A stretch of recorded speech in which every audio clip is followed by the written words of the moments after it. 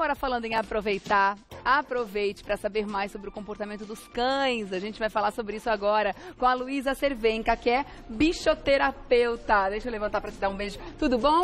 Tudo, e você? Bem-vinda. Obrigada. Bem-vinda, princesa. É Aurora, né? Aurora. Aurora, você é linda. A Aurora já é nossa conhecida, gente. Ela tem essa marca registrada tão bonitinha dessa linguinha. É o charme dela. É muito charmosa, gente. Que coisa mais fofa. E esse bonitinho... É o Pimpolho. É o Pimpolho, que a gente também já conhece, já veio aqui algumas vezes. Pimpolho, você tá fofo demais, hein, Catão? Olha que bonitão. Olha, ele gosta do carinho do Ele amigo, adora. Né? Ele adora Gosta vir aqui, do porque chamego. ele já chega, já recebe atenção, Seu já meninão. recebe Ai, que muita delícia. brincadeira. É muito gostoso isso. Olha que delícia de cachorro, gente. Bom, a Luísa tá aqui hoje pra gente conversar sobre um assunto. Eu achei sensacional essa ideia. Porque a gente tem realmente essa mania. Quer deixar ele comigo? Você já tá tomando Deixa. conta de um aqui? Deixa Obrigada. ele comigo. Imagina. A gente tem realmente essa ideia de que os cães têm sentimentos humanos. A gente gosta de humanizar os animais, principalmente os cães e os gatos, né? Trazendo pra eles sentimentos que são muito nossos, né? Sim. Vamos tentar entender, inclusive a Luísa vai basear a nossa conversa aqui em pesquisas, né, em experiências que foram feitas com os animais, para saber se a gente está certo ou não em dizer, por exemplo, que cachorro sente ciúme, que cachorro faz birra. E aí, Luísa? Quer dizer que você vai descer por terra tudo aquilo que a gente sempre acreditou dos cães, né? Pois é. Tudo um mito. Tudo mito. Tudo mito. Seja Menina. birra, seja ciúmes, é tudo um mito. É porque a gente tem mania de olhar pro cachorro e falar: ah, não, tá fazendo birra. Não, ele tá assim porque ele tá com ciúmes. Mas, na verdade, a gente esquece de todos os outros comportamentos. E daí, então, a gente acaba deixando de tomar cuidado com algumas questões e de oferecer oportunidades pro cachorro ser cachorro e não um bebê peludinho. Vamos tentar explicar primeiro cientificamente ou fisiologicamente por que os animais seriam incapazes de sentir essas coisas que a gente sente. Por que a gente não deveria classificar, então, como ciúme ou como birra, esses comportamentos? Tudo vai pelo nosso cérebro e pelo cérebro deles, que são bem diferentes. Ah, é? Então, a gente tem uma parte pré-frontal, que chama córtex pré-frontal, que fica bem na frente mesmo do nosso cérebro. E essa é uma região do cérebro que é mais associada a humanos e a primatas. Os cachorros também têm, mas é muito pequena. E é essa parte que dá a autoconsciência. Faz com que eu olhe no espelho e me reconheça. E saiba, por exemplo, que eu fiz algo errado. Os cachorros têm isso muito pouquinho. Então, eles não conseguem perceber: ah, realmente, eu fiz tal coisa, foi errada. Eles como não têm, então, essa noção de consequência. Não tem. Tá. E eles não a ação conseguem... e reação para eles é uma coisa mais imediata. Imediata. Além disso, a ação e reação está muito relacionada ao aprendizado. Então, se porventura ele veio, pulou em mim e ofereci um brinquedo, ele sabe: ah, eu vou pular nela e vou receber um brinquedo. Tá. Então, eles trabalham com associação. E nesse caso que você deu, esse exemplo, se a gente não quer que ele pule e a gente ofereceu o brinquedo naquele momento, a gente está simplesmente ajudando ele a pular novamente em vez de combater o comportamento que a gente não quer. Exatamente, a gente está recompensando, estimulando. E é por isso que tantas pessoas falam sobre ciúmes. Porque muitas vezes eu tô lá abraçando meu marido, feliz e contente, e o cachorro tá lá no meio, enfiando o focinho. Viu? Ele tá Às com vezes ciúmes. mordendo até, né? Às vezes mordendo, latindo. E daí fala: viu, ciúmes, mas daí o que eu faço? Eu acho fofinho? E daí eu falo: não, bebê, não fica assim, não precisa. Então ele fez aquilo e ganhou carinho. Exatamente. Vai repetir o comportamento no futuro. Exatamente. E daí as pessoas falam: viu, tá com ciúmes. Mas foi um ciúmes aprendido. Mas ao contrário disso, vamos supor, o cachorro morto, você vai lá e fica brava com ele. Você tá dando um estímulo para ele da mesma forma, também está ajudando ele a perpetuar esse tipo de comportamento, mesmo ficando brava ou acariciando. De qualquer forma, a gente tá estimulando ele a continuar com esse comportamento? E mais do que isso, a gente pode estimular, dependendo da bronca, se for aquelas broncas homéricas que a gente fala, e fala: não pode, bebê feio, mamãe não gosta, aí a gente tá dando atenção e recompensando o comportamento. Mas se é uma bronca muito brava, às vezes o cachorro não entende, fala: ela tá brava, mas por que mesmo? Às vezes ele fica com medo e ele não consegue associar. Me veio uma imagem do desenho do Simpson, né? A visão do cachorro olhando pro Bart, no caso, falando com ele, não entendendo nada que ele tá falando. Nada, ele fala, ele tá com cara de bravo, mas por que mesmo? Não consegue fazer essa associação, por isso que mesmo a gente mudando o tom de voz. Porque eles não conseguem associar. Quando a gente faz o adestramento, por exemplo, a gente recompensa o momento exato que a gente quer que o cachorro faça. Então, por exemplo, a gente vai colocar ele para sentar. Quando ele encosta o bumbum no chão, eu já recompenso. Porque eu mostro para ele que é exatamente tocar o bumbum no chão que eu quero que ele faça. Quando ele tá errado, por exemplo, ele fez xixi no lugar errado.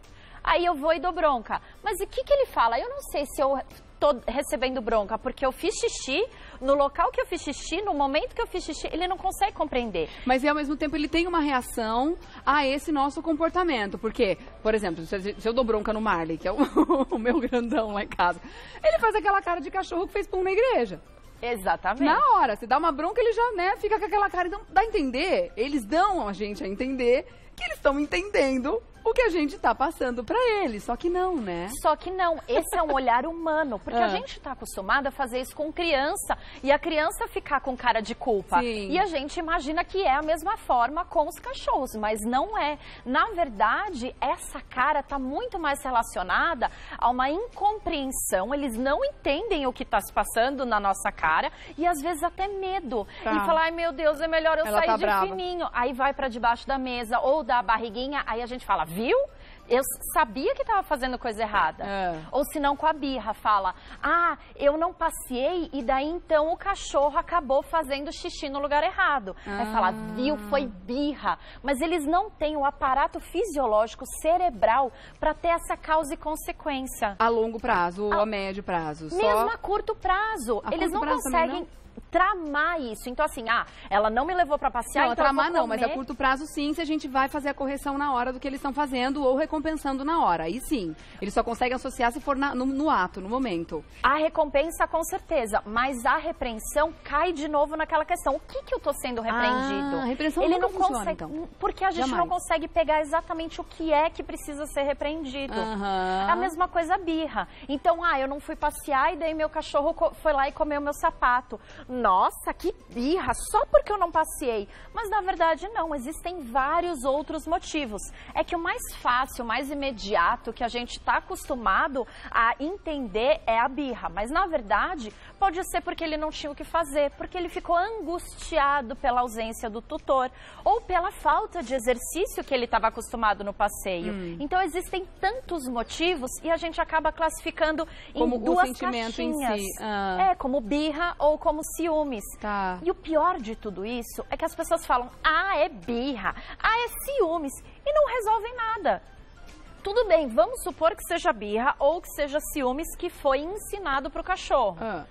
Como que eu vou resolver esse comportamento? Porque é isso que a gente tem que resolver, pensar. né? Com Porque certeza. sempre tem uma consequência ruim em torno disso, né? E principalmente uma angústia referente ao cachorro. Tá, então angústia ele tá sentindo. A gente pode dizer que o cachorro sente angústia. Sim, se ele tá vendo duas pessoas se abraçando e ele não tá ali no meio e ele tá querendo participar, ele pode estar angustiado com aquela situação. Então eu posso inseri-lo de alguma forma ou oferecer algo para ele antes de ter essa relação de carinho com outra pessoa, para que ele esteja focado, como por exemplo um brinquedo desses.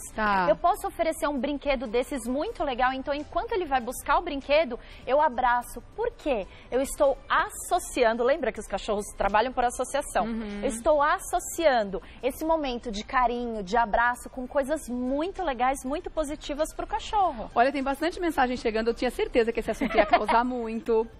Porque ele, faz com que a gente desconstrua toda uma imagem que a gente tem em cima do que os cachorros sentem ou pensam, né? Ah lá, ele quer você, Matheus. Ele quer a bolinha vermelha. Pode chutar pra gente aqui mais perto, Mate, por favor. Ele tá doido com essa bolinha vermelha. Então eu quero a sua interação, eu quero o seu exemplo, quero que você fale pra gente. Obrigada, Mate.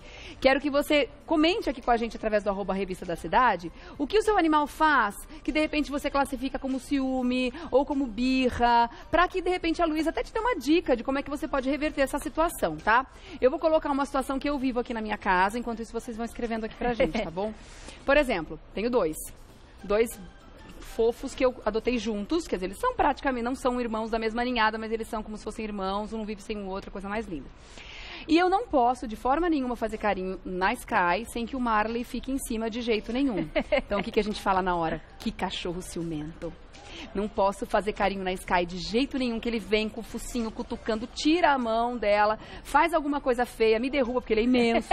Alguma coisa feia ele faz, para que eu pare de dar carinho pra Sky e dê carinho exclusivamente pra ele. Não posso chamar isso de ciúme? Não, na Como verdade... é que você classifica, ou então destrincha esse comportamento pra mim, por favor? Isso com qualquer recurso. Naquele momento, o recurso é o seu carinho. Mas pode ser com brinquedo, com alimentação. Existem alguns animais que eles monopolizam aquele recurso e que eles querem ter prioridade no acesso daquilo. Então, por exemplo, a Sky, ela é mais boazinha. Então, talvez ela permita que ele venha com mais felicidade. Naquele momento, porque ela é a chefe da matilha. Ah, é? Tenta chegar perto da comida dela. O Marley tenta fazer isso, ele se dá muito mal.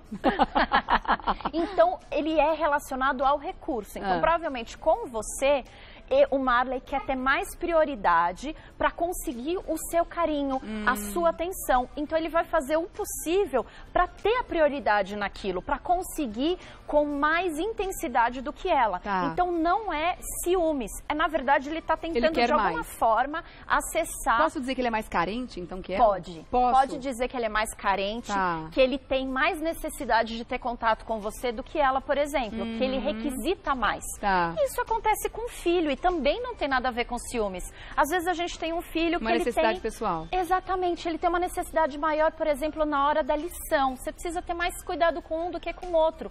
Não tem nada a ver com ciúmes, tem a ver com o quanto eles requisitam. O quanto ele quer daquilo. Exatamente. Entendi. Gente, mas é uma linha tão tênue da diferença, né? Muito doido. Mas é que cientificamente o ciúmes, ele é a manipulação de um comportamento de uma terceira pessoa. E na verdade, nós humanos acabamos dizendo que essa disputa acaba sendo ciúmes. Mas cientificamente também não é ciúmes. Então, ciúmes é quando eu quero, por exemplo, você está dando muita atenção para o pimpolho. E daí eu estou entendendo que ao dar atenção para o pimpolho, você está deixando de dar atenção para mim, me ignorando. E daí eu vou fazer algo para manipular a sua relação com o pimpolho. Então, isso é ciúmes. Não essa simples disputa. Pimpolho, o que você quer, meninão? O que você quer? Eu quero brincar, eu quero pular, eu sou muito feliz. Então, vamos lá, solução desse problema. Com certeza não é falar, Marley, dá licença, tô dando carinho pra Sky agora, né? Isso. O que eu faço nessa situação? A gente precisa dar foco para quem entende aquilo como prioridade. Então, se o Marley, ele busca você como prioridade, você pode, por exemplo, ensinar para ele o senta e o fica. Então, você coloca ele sentado, coloca ele para ficar e você fala, espera. E você dá um pouquinho de carinho para Sky e depois você volta a dar carinho para ele para recompensar o quanto ele ficou sentado e esperando. Exatamente. Ou eu posso oferecer um brinquedo muito gostoso enquanto eu vou dar carinho para Sky para mostrar para ele que ele vai ser muito recompensado, que algo muito legal vai acontecer quando você estiver dando carinho para ela. Tá bom, olha aí. A Amanda, por exemplo. Ai, meu Deus, ela é forte. Esse menino é forte, vai levar minha cadeira junto. Agora, ó, a Amanda diz o seguinte, bom dia. Ela tá dizendo que eles sentem, sim, muito ciúmes e aprontam arte igual criança. É difícil quando saímos de casa e voltamos. Ela diz que parece uma guerra quando chega lá. A Patrícia aqui assina embaixo, também acho. Em casa tem 4, mas só uma é a causadora que adora chamar atenção. O que você diria para essas queridas, a Patrícia e a Amanda? Bom, Patrícia e Amanda, primeira coisa, normalmente esses comportamentos acontecem porque a gente não oferece estímulos suficientes para os cachorros focarem a atenção deles naquilo. Então, por exemplo, eu vou sair e eu deixo a casa simplesmente com um potinho de ração. E daí o cachorro fica o tempo inteiro sem nada o que fazer.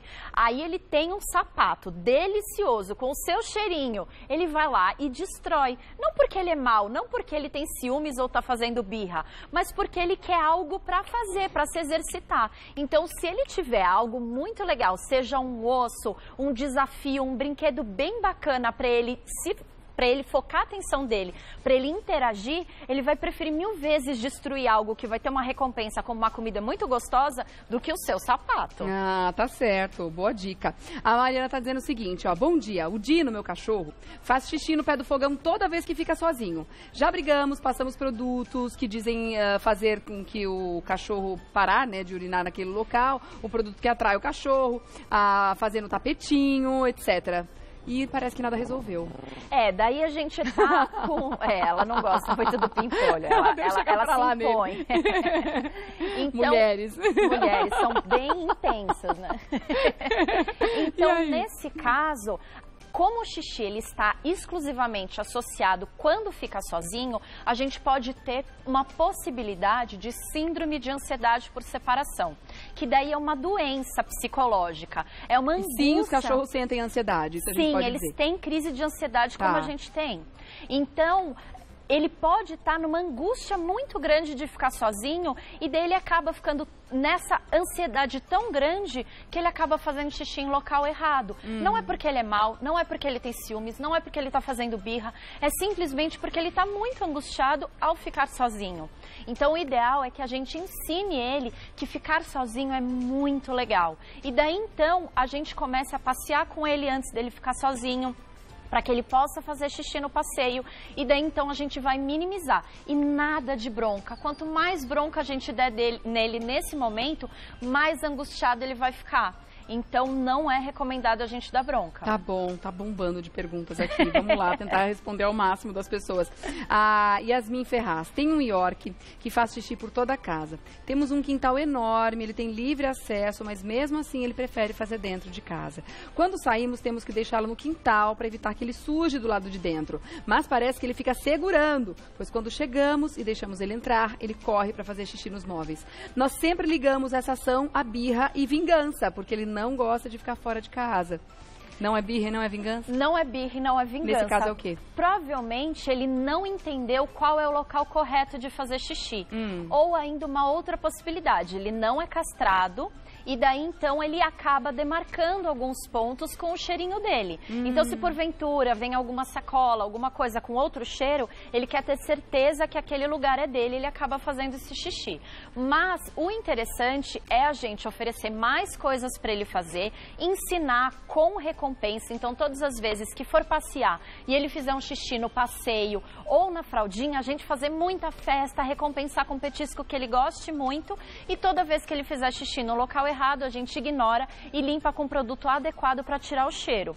E sempre que ele for ficar sozinho, seja no quintal ou seja dentro de casa, a gente tem que oferecer alguma coisa muito legal para ele fazer nesse tempo. E para ele, exatamente, para ele ter associar a parte de fora da casa com uma coisa legal. Se não vira um castigo. E não com abandono, né? Ele vai me derrubar mais cedo ou mais tarde. Senta aqui, Pimpolho, bonitão. Vem. Ó, vamos falar dos gatinhos um pouquinho? Vamos. Family Cats. Deve ter uma galera aí, hein? O meu gatinho também é ciumento.